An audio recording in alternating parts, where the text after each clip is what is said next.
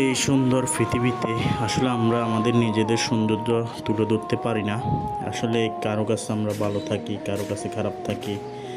মা বাবার আদরের সন্তান থাকলে বইয়ের আবার খারাপ স্বামী থাকি।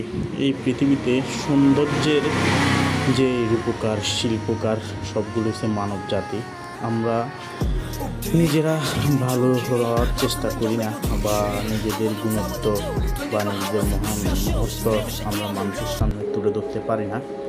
তো আসলে আমি এটি বাংলাদেশ জামাত ইসলামী জাতীয় সমাবেশে যোগদান করছিলাম, এই ভিডিওটা তুলে ধরছিলাম যে আসলে এখানে কত মানুষ, যে আসলে আমরা এই মানব জাতির সৌন্দর্যগুলি তুলে ধরার চেষ্টা করছিলাম।